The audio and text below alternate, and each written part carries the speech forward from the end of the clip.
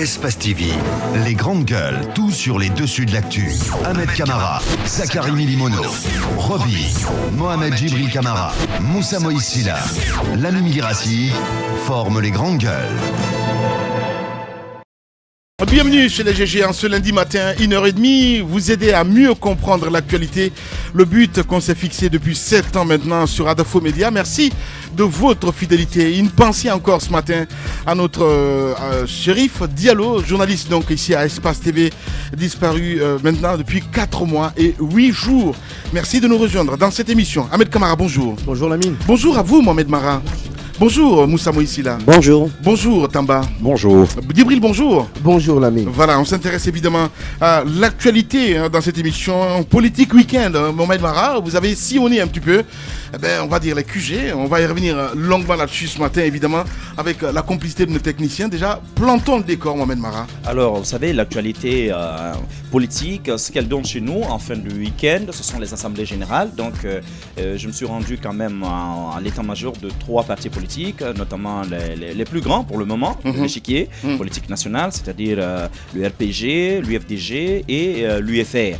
Alors, à l'UFDG, je me suis entretenu notamment avec l'honorable Ousmane Gawal, qui s'est exprimé sur, disons, cette menace désormais, cette lourde menace qui pèse sur tous ceux qui oseraient offenser la personne du chef de l'État. Parce que, vous le savez, le procureur général a fait cette sortie récemment, il y a 48 heures à peu près.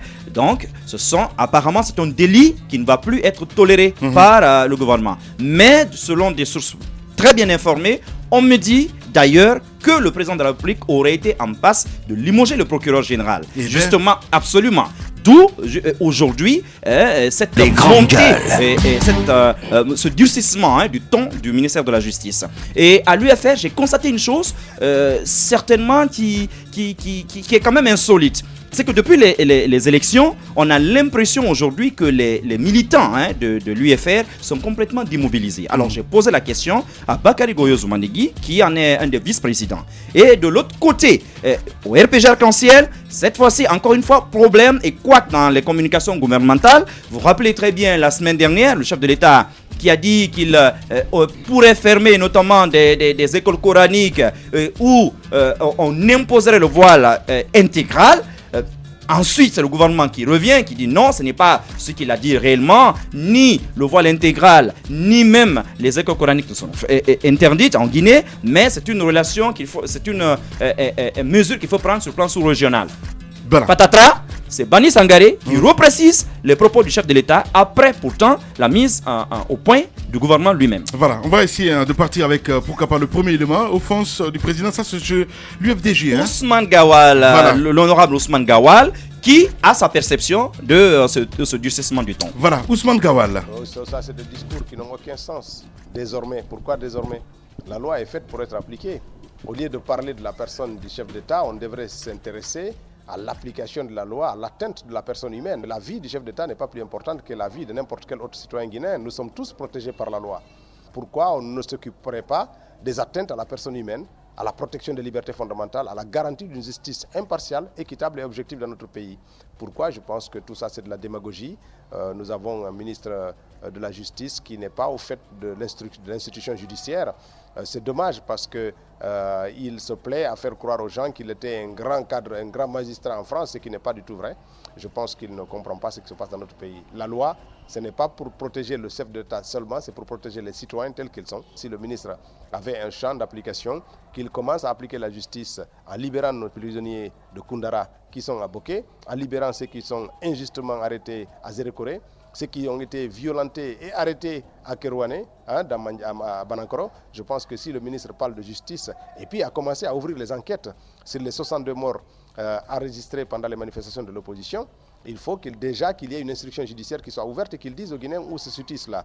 Et puis les prisonniers politiques, qu'on commence par juger Nouhou Thiam, qui a fait plus de 40 fois la peine maximale qu'il risquait, qu'on commence par élargir tous les jeunes impliqués dans cette affaire qui croupissent encore dans les prisons de Conakry. Je pense que le ministre a un champ extrêmement vaste. Le chef d'État n'est pas qu'une personne, c'est une institution. Et en tant que tel, il mérite les critiques, il mérite nos colibets, il mérite nos sautes d'humeur, il mérite tout.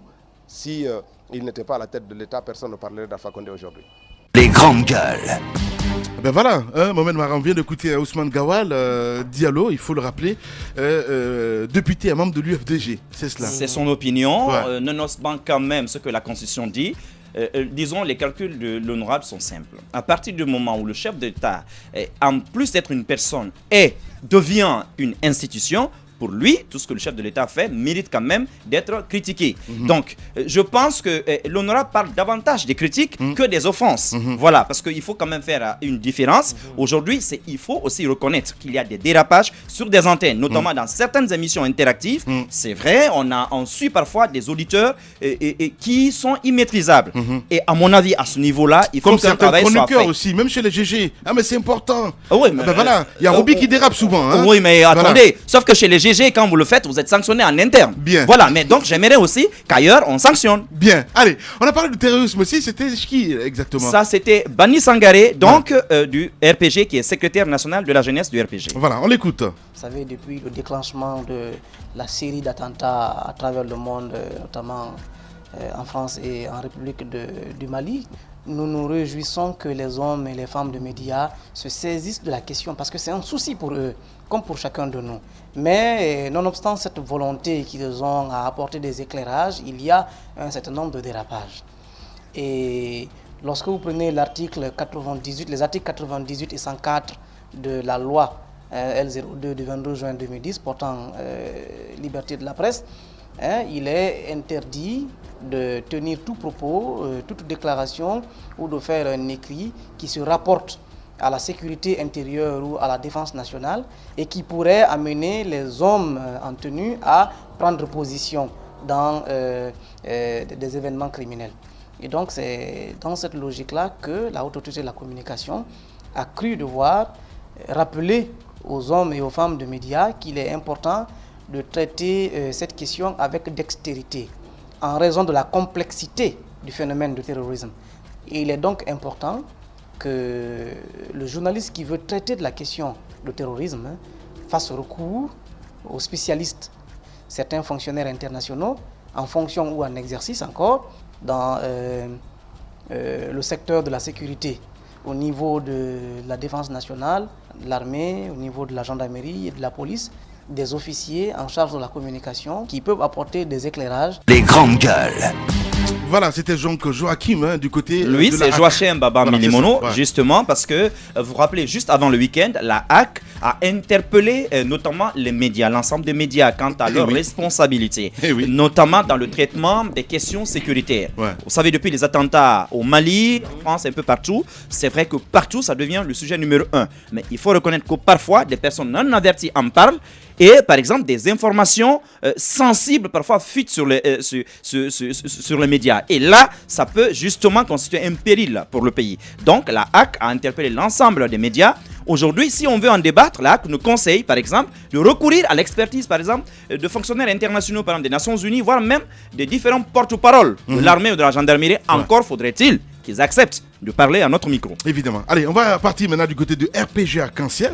Avec Bani Sangaré, justement, sur cette question de voile intégral. Nous allons apporter des précisions sur ce que le président a voulu dire, parce que ce qui se passe autour de nous, au Mali, au Niger, au Nigeria, est un phénomène inquiétant. Nous devons prendre les dispositions à temps pour être vigilants. Veiller sur nos enfants, les membres de nos familles, sur nos voisins. Veiller à ce que les étrangers qui rentrent en Guinée, quel est leur comportement. C'est pourquoi il a dit d'ailleurs que le port des voiles, les gens qui masquent leur figure entièrement de noir pour aller dans les écoles coraniques, qu'il va interdire ça. Il y en a qui ont mal interprété pour dire dans les sites que le président dit qu'il va fermer les écoles coraniques. Est-ce que c'est ce qu'il a dit? Voilà. Quand quelqu'un se voile entièrement, tu te rencontres avec lui. Comment tu vas savoir si c'est un homme, si c'est une femme, il est de teint clair, il est de teint noir, il est de quelle couleur? Tu vas te rendre compte comment? Ce n'est même pas notre coutume ça. C'est voilé. Quand tu es dans notre culture totalement et entièrement.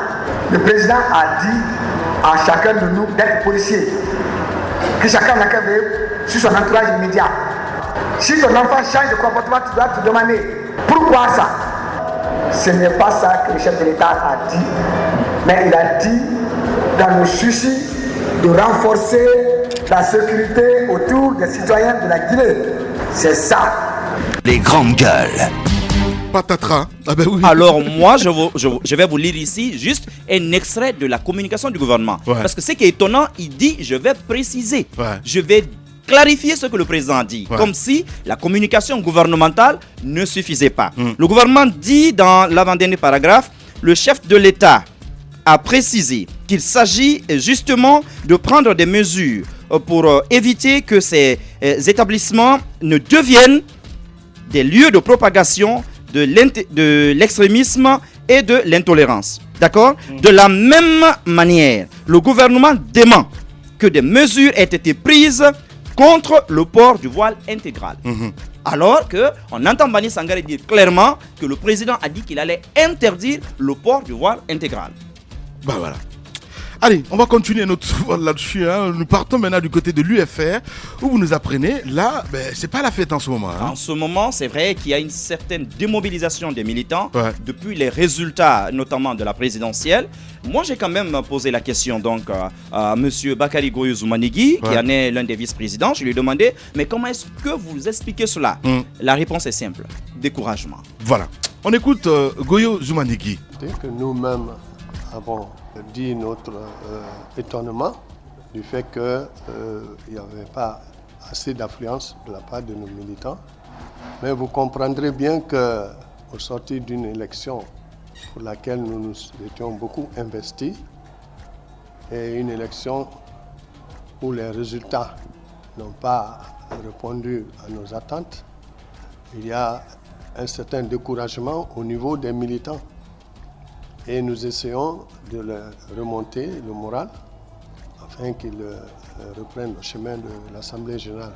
C'est dans cet ordre d'idée que je vais faire une suggestion à la direction nationale du parti pour que chaque samedi soit animé par une commune. Ça va être le cas, Kaloum va animer, Matam va animer, Dixine va animer, etc. etc. Donc, vous comprendrez bien que c'est le problème de la plupart des partis. Quand les résultats n'ont pas répondu à vos attentes, il y a un découragement au niveau des militants. C'est humain, c'est naturel. Et ce sont les responsables que nous sommes qui ne doivent pas baisser les bras, qui ne doivent pas se fatiguer. Nous devons aller toujours à l'assaut pour remobiliser nos troupes. Les grandes gueules. La voix cache beaucoup de choses.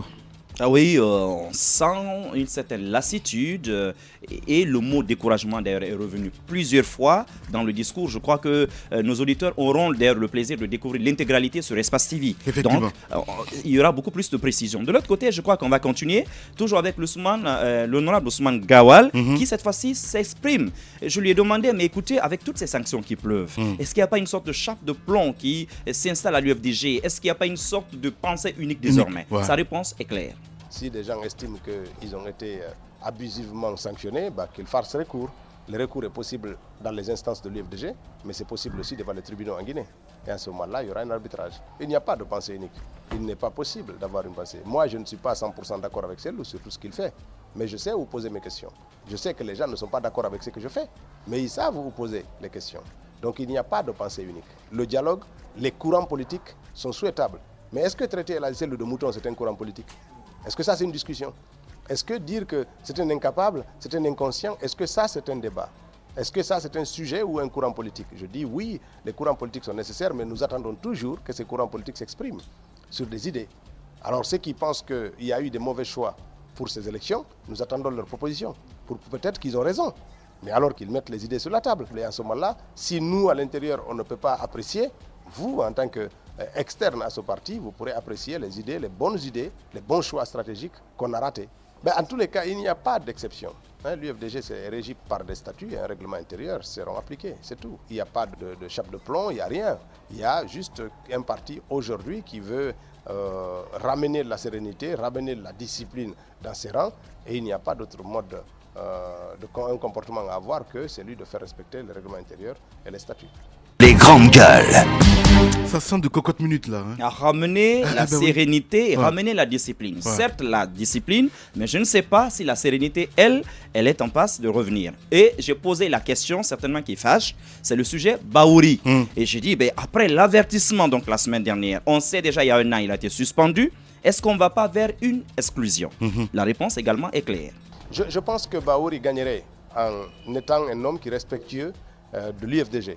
Le respect de l'UFDG, c'est respecter son institution, c'est respecter les structures du parti. Ces structures-là même qui font de lui le deuxième personnage, la deuxième personnalité du parti. Et ça, c'est important. Et cela ne veut pas dire que le débat ne doit pas se faire à l'intérieur du parti. Mais le débat n'est pas l'injure. Lorsque Bahouri entend un responsable du parti traiter à la cellule de mouton, il doit condamner cet acte. Il doit sévir contre ça. Lorsqu'on traite la cellule d'un incapable, du copinage avec tel ou tel, je pense que c'est un vocabulaire qui n'est pas du dialogue. Alors s'il se met à soutenir des gens parce qu'il insulte le président de l'UFDG, alors à ce moment-là, lui-même doit se définir par rapport au parti. Mais il n'y a pas d'acharnement ou d'exclusion de Bahouri qui est programmé. Ce n'est pas des attitudes qu'on programme. On ne programme pas l'attitude de l'homme. Mais les conditions qui peuvent conduire à une exclusion sont bien définies dans le statut du parti. C'est tout. En tous les cas, ce qui est souhaitable, c'est que les uns et les autres se calment, comprennent qu'il est nécessaire pour nous de renforcer notre institution. Cette institution va au-delà de la personne de la cellule d'Alain, va au-delà de la personne de Bahouri. Et que Bahouri considère qu'il est un responsable de l'UFDG.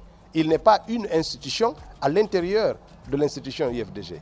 Il commence par avoir sa cellule de communication, il a ses porte-paroles.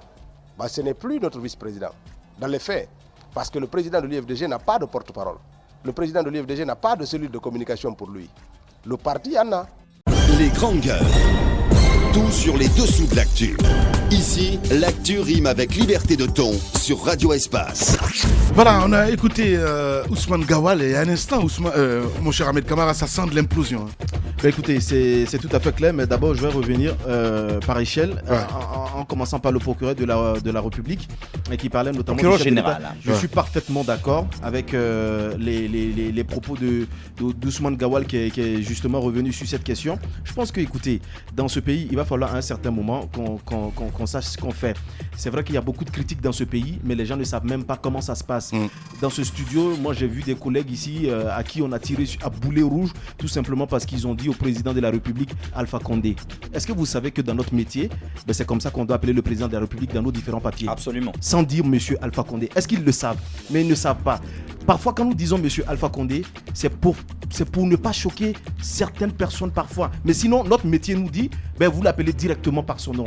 Donc je pense que ceux qui ne savent pas c'est quoi la presse doivent aussi apprendre la presse. Être un professeur, être un docteur dans une formation donnée, être LH ou être quoi que ce soit, ne fait pas de vous, bien évidemment, un journaliste. Le journalisme aussi, ça s'apprend. On a des principes que nous respectons parfois qui peuvent choquer, mais c'est comme ça que ça se fait. Je suis désolé. Alors, quand on prend aussi au niveau de la HAC, je suis parfaitement d'accord avec eux qu'il faut traiter le dossier avec tact et diplomatie. Mais au même moment, on me parle de spécialistes. Parfois, j'ai tendance à donner raison au président de la République quand il dit que dans ce pays, il n'y a que la majorité des cadres, ce sont des opportunistes. Oui, ce sont des opportunistes. On a des cadres dans ce pays. On nous dit de faire appel à des fonctionnaires des Nations Unies. Vous pensez qu'on n'a pas des fonctionnaires ici qui sont capables de nous décrypter la question de terrorisme? Mais s'il y en a. Mais quand vous les appelez, ils vous disent tout simplement, c'est sensible, je ne peux pas parler. Qui doit parler?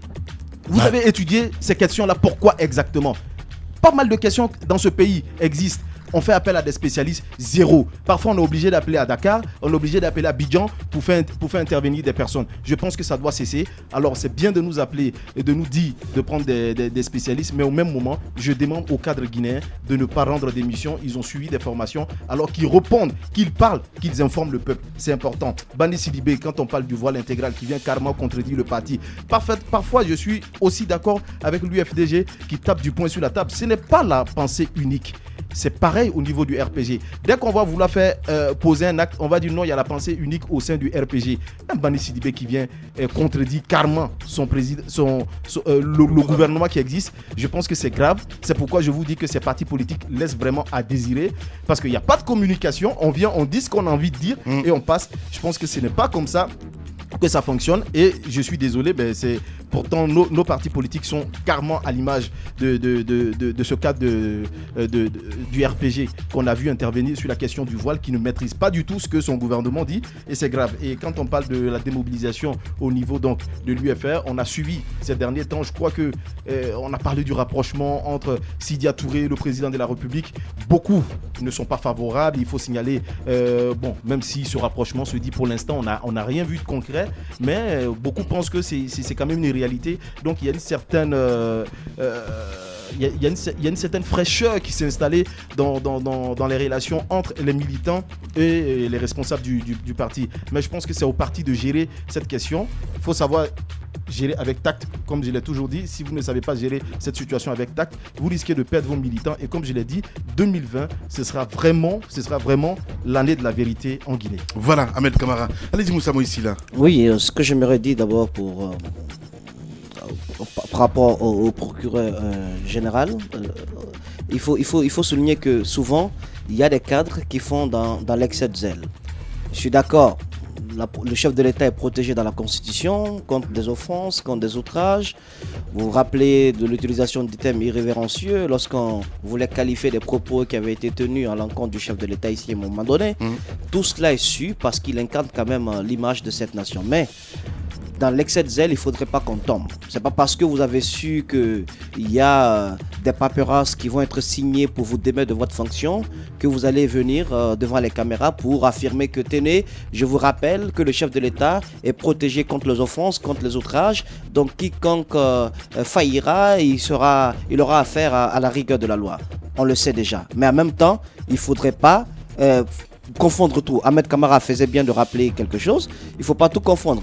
Le président de la République, quand on parle de lui, on sait quelle est la ligne rouge à ne pas franchir. On sait jusqu'où on peut amener notre raisonnement. Mais en même temps, il ne faudrait pas que tout cela soit confondu au sein du parti. Je pense qu'il faut faire confiance à nos lois. S'il faut appliquer nos lois, il faut les appliquer de façon globale, de façon entière. Il ne faut pas faire une application sélective de nos lois parce qu'il y a des citoyens aussi qui ont des droits. Il y a des citoyens aussi qui ont droit au respect. Alors, la question au sujet du voile. Je pense que le chef de l'État a dit tout ce qu'il pensait de façon crue au siège du RPG. On a critiqué la forme, même si dans le fond il y avait une certaine entente, mais dans la forme, on s'est dit que c'était pas normal qu'un président de la République s'exprime de la sorte. Bani Sidibé a repris partiellement ce que le président a dit ce jour au siège du RPG. Il a dit qu'il ferait fermer les écoles franco-arabes, là où on pratique le voile intégral. Ça, il a dit. Le gouvernement, le porte-parole du gouvernement a plutôt, lui, cherché à mettre tout cela dans une forme un peu appropriée, en disant que véritablement le chef de l'État n'a pas dit qu'il ferait une telle chose. Parce que le porte-parole du gouvernement sait que ces questions liées au port du voile, ce sont des questions qui ont fait l'objet de véritables débats au sein de certains pays dits de grande démocratie. Donc chez nous, on ne peut pas régler cette question de façon aussi légère. Il faudrait que le chef de l'État, dorénavant, donne pas assez de calculs à résoudre à Damantan. Sinon, il va être difficile pour lui toujours de trouver l'enveloppe qui sied au propos du chef de l'État, afin que ce soit apprécié par l'opinion nationale. Et ensuite, à l'UFR, je pense que c'est pas seulement dû au fait qu'il y ait un certain découragement. Est-ce que c'est lié au fait que le président de l'UFR se soit rendu au palais Sékou-Touré bien avant la confirmation des résultats par la Cour constitutionnelle? Je pense qu'il faut voir aussi l'angle de la lassitude. On est un peu fatigué, comme le slogan de l'UFR le rappelle. Les Guinéens sont aussi un peu fatigués. Il y a eu trop de politique. On a fait trop de politique. Il y a eu trop de campagnes. Il y a eu trop d'attaques sur les ondes. Les Guinéens ont besoin maintenant de s'occuper d'autre chose, de son quotidien. Je pense que cet aspect aussi est à prendre en compte. S'il y a un autre problème lié à la démobilisation de l'UFR, il appartient au chef du parti de repenser la politique de fonctionnement de son parti politique. Voilà, c'est tout ce qu'on voulait dire ce matin pour le Politique Week-end sur Espace. Les grandes gueules. Tout sur les dessous de l'actu. Ici, l'actu rime avec liberté de ton sur Radio Espace. Mais aussi sur Espace TV, évidemment, l'actualité vit sous cette antenne de Kouroussa. Des images d'une rare violence nourrissent depuis hier dimanche une véritable levée de bouchées chez les populations guinéennes. On y voit une foule vengereuse cognée comme sourd sur 4 individus. La mort entre les dents des populations qui espéraient donc ainsi couper court à un procès récemment ouvert à Kouroussa sur les circonstances de la mort le 1er novembre dernier d'un opérateur de Norosoba. Voilà, c'est bien cela. Quel est le film de l'événement? Comment expliquer cette tendance judiciaire en vogue en Guinée? C'est la question posée ce matin. Lamine Kouyaté, il est vice-maire du côté de Kouroussa. Il va intervenir ce matin chez les GG. Et d'autres nouvelles viendront s'ajouter à tout ceci. On se fait une pause et puis on revient dans un instant. Les grandes gueules. Tout sur les dessous de l'actu. Ici, l'actu rime avec liberté de ton sur Radio Espace. Mais aussi sur Espace TV. Dans un instant, on va essayer de partir du côté de Kouroussa. On nous apprend des images d'une rare violence nourrissent depuis hier dimanche une véritable levée de bouchées chez les populations guinéennes. On va essayer de s'intéresser là-dessus ce matin. Lamine Kouyaté, il est vice-maire de Kouroussa. Tamba, évidemment, s'est intéressé là-dessus. Vous allez avoir plus d'explications d'un moment à l'autre sur cette antenne. On va laisser continuer.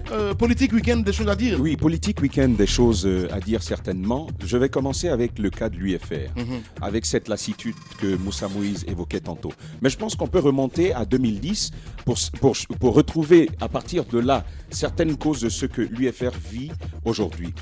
Tout d'abord, vous avez remarqué qu'à l'intérieur même de ce studio-là, M. Sidya Touré avait dit qu'il a dû aller à l'encontre de la volonté de ses militants, à l'encontre de la volonté de l'ensemble de son parti pour rejoindre l'UFDG au deuxième tour de la présidentielle de 2010. Alors finalement, est-ce que cette décision unilatérale du président de la République qui a dû tordre la main aux membres de son parti, est-ce qu'il n'est pas en train de payer en partie cette situation-là? Parce que je ne parle pas de sa visite du président de la République, parce que là, les avis sont assez mitigés. Difficile de dire que du fait que M. Sidya Touré s'est rendu du côté de Sékou Touré, ça n'ait pas plu à ses militants. Je ne pense pas tant. Maintenant, ce qu'il y a à dire, la leçon à tirer dans cette situation, c'est notamment de dire aux leaders de partis politiques qu'on ne peut pas gérer un parti politique comme un ensemble on ne peut pas gérer un parti politique comme si on avait affaire à un cheptel. Des gens ont des opinions, des gens ont des points de vue et il faut respecter cela, il faut les prendre en compte. Lorsque ça se passe de cette façon, on le regrette forcément. Rien à dire à ce sujet, c'est comme ça que ça fonctionne. Sur la situation du procureur général, je pense qu'on a de plus grandes questions aujourd'hui. Il est vrai que dans la presse, et pas que dans la presse d'ailleurs, il est vrai que dans la presse, dans le domaine politique, le président est parfois victime de critiques assez déplacées. Alors, notant bien sûr que la critique, le président de la République en a besoin, mais la critique, il doit également l'accepter parce qu'il est le président de la République, il préside aux destinées de tous les Guinéens. Mais ce qu'il y a à dire au procureur de la République, au procureur général, il y a pas mal de problèmes en Guinée, Lamine Guirassy. Voyez ce qui s'est passé à Kouroussa, cette situation sur laquelle nous reviendrons. La situation de Zogota, la situation de Nzérékoré, ces morts qu'on a enregistrées, ce sont des questions qui valent la peine d'être étudiées, d'être abordées. Mais rien n'est fait par rapport à cela. On préfère s'occuper de l'image du président de la République. Si l'on veut de la démocratie, il faut souffrir ce que la démocratie entraîne. Voyez les exemples de la démocratie sur lesquels nous collons. Il y a l'exemple français, il y a l'exemple américain, où il n'y a aucune restriction par rapport à l'expression, à la liberté d'expression, tant qu'elle n'empiète pas celle des autres. Aujourd'hui, on nous dit, faites attention à critiquer le président de la République. La réponse, c'est non. Il faut juste éviter d'insulter le président de la République parce qu'il incarne tout l'État guinéen et à ce titre, il faut le respecter. Dernier tournant sur lequel j'aimerais parler. Vous savez, en Guinée, chacun veut se tailler une certaine image. Bani Sidibé, dont on parlait tout à l'heure. Bani Sangaré, dont on parlait tout à l'heure. Je ne vois pas comment on peut vouloir se rendre plus royaliste que le roi, autrement que ne l'a fait. Ce n'est pas la personne, mon cher Tamba. Je veux bien que tu parles plus. Je ne parle pas de lui. Parce qu'il incarne du côté du RPG Arc-en-Ciel. Mais écoutez Lamine, le RPG Arc-en-Ciel, vous êtes à une assemblée du RPG Arc-en-Ciel, vous abordez une question qui touche toute la nation. Il faut bien accepter qu'on ait un avis sur vous par rapport à ce que vous avez dit, parce que c'est quand même un propos qu'il reprend. Certes, le président de la République l'a dit sous cette forme-là, mais la difficulté que nous avons en Guinée, c'est que tout le monde veut aborder n'importe quelle question. Lorsque le président de la République a fait cette sortie, on a vu la réaction du premier imam de la grande mosquée. Et je pense que c'est ce qui a conduit le président de la République, d'une certaine façon, et même le gouvernement, à corriger un tout petit peu le tir. La question du voile intégral, elle est sensible. La question du terrorisme, tel que Lahak le disait, c'est une question sensible. Mais je pense qu'il faut aborder cette question de manière assez grave, assez sérieuse, avec des personnes qui s'y connaissent, qui savent les tenants et aboutissants de la question, plutôt que d'avoir un tel nombre de sorties, parce que après, ça risque de porter préjudice aux propos du président de la République et à son image. Merci beaucoup, Tamba. Allez-y, Djibril. D'abord, je voudrais commencer, comme les autres l'ont déjà fait, par les propos du procureur général. C'est important de noter que sur le principe, on peut être tout à fait d'accord avec le procureur général. Mais la question est de savoir quelle est l'opportunité de ce rappel. Parce qu'à mon avis, ce procureur, il a quand même fallu, selon des sources bien informées, que ce procureur passe sous les fourches codines du président de la République pour qu'il sorte un peu de sa réserve. C'est important, le procureur de la République, à mon avis, le procureur général, à mon avis, fait de la tartarinade. Il a bien des choses à faire. Il a bien mieux à faire parce qu'il y a énormément d'affaires pour lesquelles il devrait faire preuve de diligence. Et comme c'est son rôle aussi de rappeler à l'ordre, mon grand. Oui, mais c'est un rappel à l'ordre. Il y a bien des choses sur lesquelles il faut rappeler à l'ordre. Il y aura collision dans un instant dans ce studio. Vous êtes juriste quand même. Il faut rappeler à l'ordre, c'est important. C'est son rôle aussi de rappeler à l'ordre. Il a quand même fallu, Lamine, posez-vous la question, que ce procureur subisse le courroux selon des sources. Je n'ai pas dit le contraire. Moi-même, vous n'allez pas me dire le contraire. Est-ce qu'il est dans son rôle de rappeler à l'ordre? Il est dans son rôle, mais il y a la légalité, il y a la légitimité, il y a l'opportunité. Je l'ai dit. Ce n'est pas opportun. Je l'ai dit que sur le principe, je suis tout à fait d'accord avec lui. Voilà. Mais le fait qu'il le fasse après avoir subi le courroux du président de la République, c'est ce que vous dites. Cela relance le débat sur la nécessité de décloisonner les relations étroites entre le parquet général et l'exécutif. Parce que, Lamine, c'est l'exécutif qui donne des orientations aux... Oui. L'installation du Conseil supérieur de la magistrature, ils ne sont plus obligés. Oui, mais justement, mais ce n'est pas le cas, malheureusement. Ça relève de leur personne. Il y a un sentiment de redevabilité qui transparaît dans cette affaire. Je pense que le procureur général a mieux à faire. Parlons du communiqué par rapport au traitement de l'information. Je pense que globalement, la liberté d'information est consacrée par nos textes. Mais cette liberté qui est aussi un principe est assortie de limites, de restrictions qui sont prévues par la loi. Et ces restrictions, j'y viens, ces restrictions sont justifiées par la nécessité de préserver des intérêts privés, la protection de la vie privée, la réputation d'autrui, mais aussi par la nécessité de préserver des intérêts éminemment supérieurs. C'est le cas de la sûreté nationale, de la sécurité, de l'intégrité, de l'unité nationale. Donc, toute information qui peuvent, en quelque sorte, saper ces valeurs-là, doivent être... les journalistes qui divulguent ces informations doivent s'abstenir de les divulguer. La liberté d'information ne permet pas tout. Et puis, autre chose, par rapport à la communication entre le président, entre la communication gouvernementale et celle du parti, je pense qu'il y a un enchevêtrement du point de vue communication entre la communication officielle et celle du parti. Je pense qu'il est politiquement incorrect que la communication officielle du gouvernement soit différente de celle du parti au pouvoir. C'est politiquement incorrect. Je pense que là, il faut revoir les choses. Quant à la chape de plomb, il faut appeler le chien par son nom. Il y a une chape de plomb qui s'abat aujourd'hui sur les voix dissonantes, sur ceux qui ne pensent pas comme Selou et son entourage. Wow. Je pense qu'à mon avis, quand on prône la démocratie à l'échelle du pays, on doit pouvoir s'armer de démocratie à l'interne. Pour le moment, je pense que ce n'est pas le cas. Et quant à l'UFR, je pense que l'érosion électorale et la consomption électorale du côté de l'UFR ne date pas d'aujourd'hui, elle date de 2010. Depuis que ce parti s'est phagocyté à un parti d'opposition. Et il a, par la même occasion, il a subséquemment payer les frais. Payer les frais. Parce qu'un parti qui aspire à venir au pouvoir ne peut pas accepter de se phagocyter à un autre, même s'il n'est pas dans une bonne posture. Donc c'est important de souligner cela. Et à mon avis, l'UFR est en train de mourir de sa belle mort. Et aujourd'hui, le parti se voit obligé, entre guillemets, de se phagocyter au parti au pouvoir parce que il y a une sorte de désespoir de cause. Voilà, Mohamed Djibril Camara. Politiciens véreux, fonctionnaires corrompus, promoteurs immobiliers voyous, justice passive. La Guinée devient-elle mafieuse? Les grandes gueules d'Adafo Média ne lavent pas plus blanc, mais vous permettent de défendre votre pays en vous informant. Avec les grandes gueules d'Adafo Média, dénoncez les turpitudes, nous garantissons le secret des sources. Envoyez vos documents à espacefmguinée.info, rubrique Contact. Les grandes gueules d'Adafo Média ou le socle de la liberté d'expression en Guinée. Voilà, vous le voyez à l'écran, évidemment, notre invité ce matin, monsieur Ousmane Gawal Diallo, il est député, membre influent de l'UFDG. Toutes les questions passent ce matin dans cette émission. Mesdames et messieurs, Mohamed, on va essayer de l'interroger. Oui, je sais que vous avez un compte rendu à faire, mon cher Moussa, mais un peu plus tard, évidemment. Notre invité est dans ce studio, Ahmed Camara. Bonjour à vous, monsieur Gawal. Bonjour. Merci d'avoir accepté notre invitation. D'entrée de jeu, on va commencer rapidement avec la question de pensée unique au sein de l'UFDG. Aujourd'hui, c'est clair qu'il y a assez de bruit dans ce parti aujourd'hui.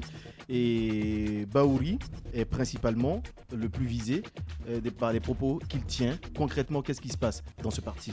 Bon, il y a des mots qu'il faut éviter d'employer comme ça, parce que peut-être que ça nécessite une explication. La pensée unique, c'est lorsqu'on exige une seule manière de voir le monde dans une organisation. Est-ce que c'est le cas de l'UFDG? Est-ce qu'il n'y a pas suffisamment de contradictions à l'intérieur de ce parti qui soient visibles sur la place publique? Vous parlez de quels mots concrètement? Je dis, lorsque vous dites que l'UFDG a une pensée unique, ce n'est pas possible à partir du moment où, personnellement, toutes les idées de El Hadji Cellou Dalein, je ne les partage pas. Mais nous les débattons. Nous ne sommes pas dans une secte, nous sommes dans un parti où il y a des hommes responsables. Mais ce qui manque et ce qui fait débat aujourd'hui, je l'ai dit tantôt, est-ce que lorsque notre secrétaire fédéral de l'Allemagne, M. Lamine Diallo, dit que la Cellou était mouton et qu'il est sanctionné pour ça, dites-moi où est la pensée unique? Les escarmouches, les escarmouches sont. Vous avez tenu des propos durs à l'endroit du président de la République. J'y reviens. Vous avez tenu des propos durs à l'endroit du président de la République. C'est exactement là la différence. Je tiens des propos et je continue à traiter des propos durs vis-à-vis du président, mais ce ne sont pas de la vulgarité. Ce n'est jamais de l'injure. Un menteur? Attendez. Quand on dit au président de la République que c'est un menteur. C'est un qualificatif. Oui. Ce n'est pas vulgaire. Attendez. Non. Je qualifie un comportement. Si vous étiez footballeur, je ne veux pas vous dire que vous êtes danseur d'art. Hein. Je vous dis, vous êtes footballeur. Vous racontez des contre-vérités. Je n'ai pas une autre manière de le qualifier que de dire c'est un mensonge. Vous avez le droit politiquement correct de dire c'est une contre-vérité. J'ai le droit d'utiliser le mot menteur pour qualifier une attitude. Et ça, ce n'est pas, attention, ça, ce n'est pas une injure. Je ne traite pas le président de la République de mouton, d'animal, de chien. Je ne le traite pas comme ça. Ce dont les voix dissonantes parlent au sein de l'UFDG, c'est une autre façon de gérer ce parti politique. C'est de tirer les leçons après quand même 3 échecs à 3 élections différentes et non pas les moindres, parce qu'il y a quand même, non pas des moindres, il y a quand même 2 présidentielles dans ce bilan de El Hadji Cellou Dalein Diallo. Ça, quand on ne l'accepte pas au sein d'un grand parti comme l'UFDG, on n'est pas trop loin de la pensée unique. Hein. D'abord, 3 défaites, je vous laisse juger ça. Un parti qui se retrouve avec 37 députés, est-ce que c'est un échec ou pas? Un parti qui avait 47% au présidentiel 2010, est-ce que c'est un échec ou pas? On n'est pas au pouvoir, c'est vrai. Oui. Maintenant, je vais vous dire une chose. Lorsqu'on a perdu une élection, systématiquement, ou qu'on l'a gagnée, on tire des leçons.